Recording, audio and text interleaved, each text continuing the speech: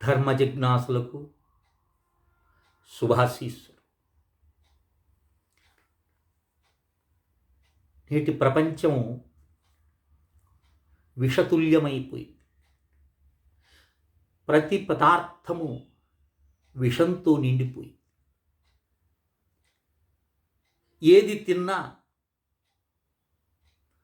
పౌష్టికమైనటువంటి పదార్థం కొంతైతే విషపూరితమైనటువంటివి అనేకం వచ్చి దాంట్లో చేరి ఉన్నాయి. శబ్దము కాలుష్యమైపోయింది, వాయు కాలుష్యమైపోయింది, జల కాలుష్యమైపోయింది. అన్నీ కూడా కాలుష్యంతో నిండిపోయింది. కాలుష్యం లేనటువంటిది ఏదైనా ఉందంటే అది కేవలము భగవన్నామము. ఆయనకి ఎట్టి మలినాలు అంటాం.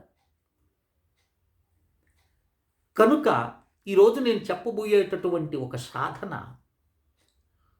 కేవలము రోగముల నుండి ఉపశమనం కలుగుతుంది. రోగం చేత చాలామంది బాధపడుతుంటారు, అనేకమైన రుగ్మతలతో బాధపడుతుంటారు. దానికి కారణం ఆహార వ్యవహారాలైతేనేమి, కలుషిత ఆహార భోజనం చేత మన శరీరము 120 సంవత్సరాలు బ్రతకాల్సి ఉంది. 40 ఏళ్ళకి 50 ఏళ్ళకే ఈ శరీరం పడిపోతూ ఉంది. కాలమహిమనాలో కాలుష్య మహిమనాలో అర్థం కావటం. కనుక శాస్త్రాలు మనం పరిశీలించినప్పుడు మనకు గొప్ప ఉపాయాలు అందులో నుంచి మనకు లభిస్తూ ఉంటాయి. ఇక్కడ నేను చెప్పబోయేటటువంటి అలాంటి ఉపయోగకరమైనటువంటి విషయాన్ని చెప్తున్నాను. ఈ మంత్రం మీకు ఎవరు వారు వీరు చెప్పింది కాదు. సాక్షాత్తు తులసీదాసు చెప్పినటువంటి గొప్ప స్తుతి ఇది. అంటే 2 లైన్లే ఉంటుంది. హనుమంతుడు తులసీదాసు రామాయణం రాస్తూ ఉంటే ఆయన పక్కనే కూర్చొని ఉండేవాడు. తులసీదాసుకి హనుమంతుడికి అంత మైత్రి ఉండేది. అలాంటి తులసీదాసు ఇచ్చినటువంటి గొప్ప ఇది 2 లైన్లు. ఇది మనకు హనుమాన్ చాలీస్ చదివేటటువంటి వారికి తెలుస్తుంది. ఇక సాధన ఎలాంటిదంటే చూడండి, ఏ మంత్రానికైనా సాధన చేసేటప్పుడు చక్కగా స్నానం చేయాలి.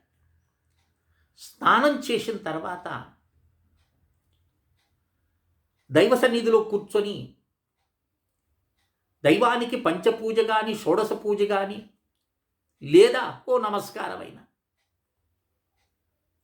కూర్చొని మొట్టమొదటిగా ఆచమనం చేసుకోవాలి. ఇది మా గురుదేవులు చెప్పినటువంటి విషయం. ఇది ఆచమనం చేసుకోవాలి. ఆచమనం ద్వారా ఏమవుతుందంటే స్వచ్ఛం స్వతసిద్ధం ఇది ఆచమనయా అన్నాడు. నేను స్వచ్ఛంగా స్వతసిద్ధంగా ఉన్న పరమాత్మ స్వరూపుడననేటటువంటి భావంతో మంత్రానికి అనుష్ఠానం చేసేదానికి సిద్ధమవుతుంది. సిద్ధం చేస్తున్నాను ఈ శరీరాన్ని అని అంగములను మంత్రోక్త జలంతో స్పృశించటమే ఆచమనం.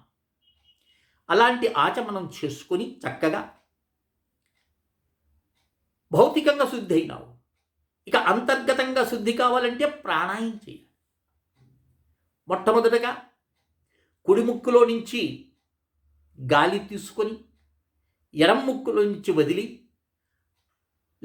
లేదా ఎడం ముక్కులో నుంచి మొట్టమొదటిగా తీసుకుంటారు, ఎడం భాగం నుంచి కుడి భాగంలో వదులుతారు. కుడి భాగంలో నుంచి తీసుకొని మళ్ళీ ఎడం భాగంలో అలోమ విలోమ ప్రాణాయామం అంటారు. ఇది అందరికీ తెలిసిందే, టీవీలు చూస్తుంటారు కదా. అలా ఒక 5 సార్లు చేయండి. చేసిన తర్వాత 2 నాసికల నుండి శ్వాసను లాక్కోండి.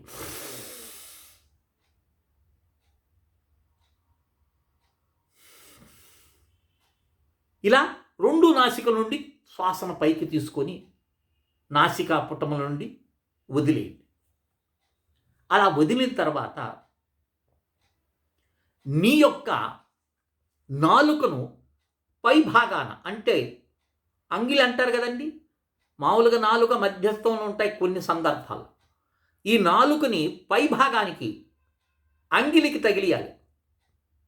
ఇలా అంగిలికి తగిలిచ్చి కూర్చోవాలి. అలా నోరు తెరుచుకొని కూర్చోకూడదు. ఇట కూర్చున్నప్పుడు నాలుక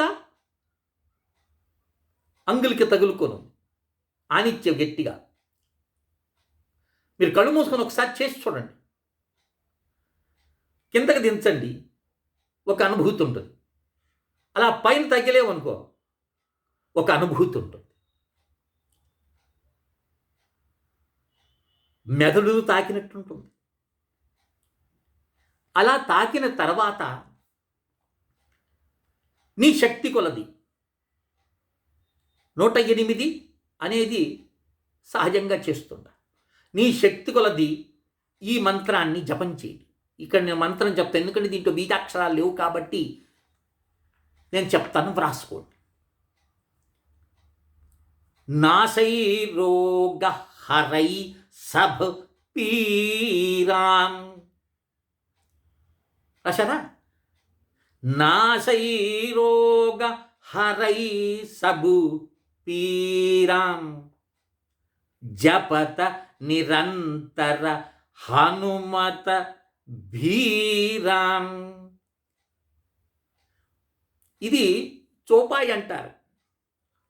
హనుమంతుని యొక్క చాలీసులో వస్తుంది. తులసీదాసు రామాయణాన్ని మొట్టమొదటిగా సంస్కృతంలో రాసి అక్కడ పెట్టి దైవ సన్నిధిలో పెట్టి స్నానానికి వెళ్ళినాడు. తిరిగి వచ్చేలోకే అది దేశీయ భాషలోకి మారిపోయాం. అదేమిటి అని ప్రశ్నిస్తే సంస్కృతంలో తులసీదాసు రాసినాడు, నువ్వు దేశీయ భాషలో రాయమన్నాడు.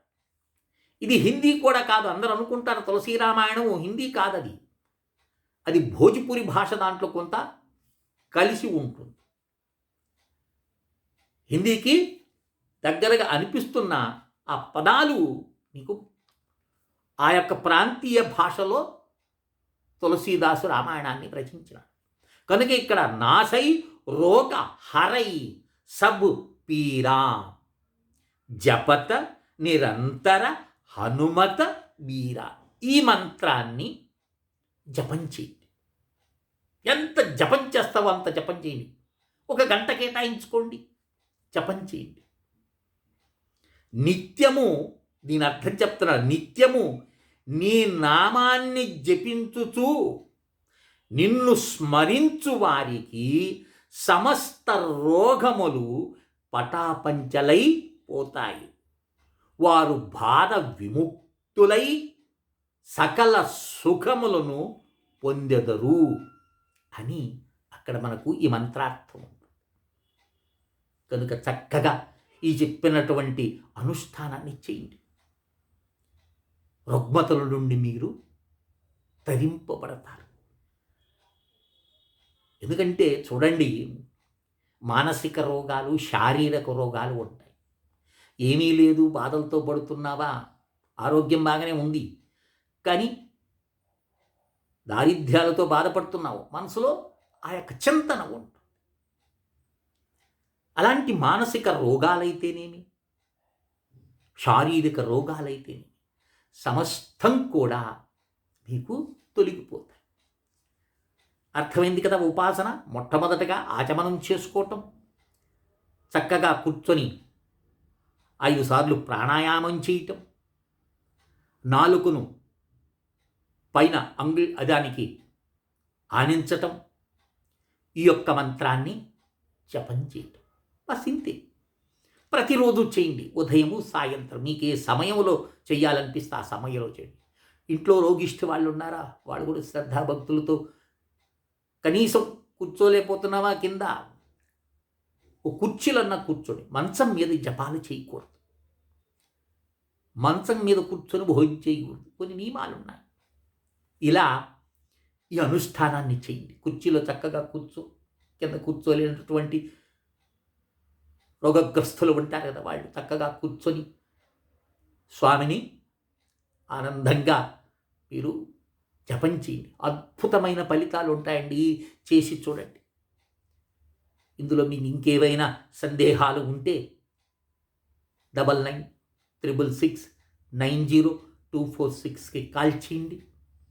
మీ సందేహ నివృత్తిని చేసుకొని మంత్రాన్ని జపం చేసే ప్రయత్నం చేయండి. అయ్యో స్వామి, మేము రాసుకోలేకపోయినాము అనేటటువంటి వారు కూడా నాకు వాట్సాప్లో కాల్ చేయండి. నేను మీకు ఆ మంత్రాన్ని చక్కగా తెలుగులో వ్రాసి మీకు నేను అందిస్తాను. చక్కగా కూర్చొని చేసి తరించండి నాయన. బాధల నుండి ముక్తిని పొందండి. రోగాల నుండి ఉపశమనాన్ని పొందండి. పరమాత్మను ఆరాధించండి. రుద్రస్వరూపుడు హనుమంతుడంటే ఎవరో కాదు. కనుక చక్కగా ఈ విషయాన్ని గ్రహించి అనుష్ఠానం చేసి తరిస్తారని ఆశిస్తూ శ్రీ విద్యోపాసకులు శ్రీ మండే లక్ష్మీ నరసింహారావు. లోకా సమస్తా సుఖినో భవంతు. ఓం తత్సత్. ఓం తత్సత్. ఓం తత్సత్.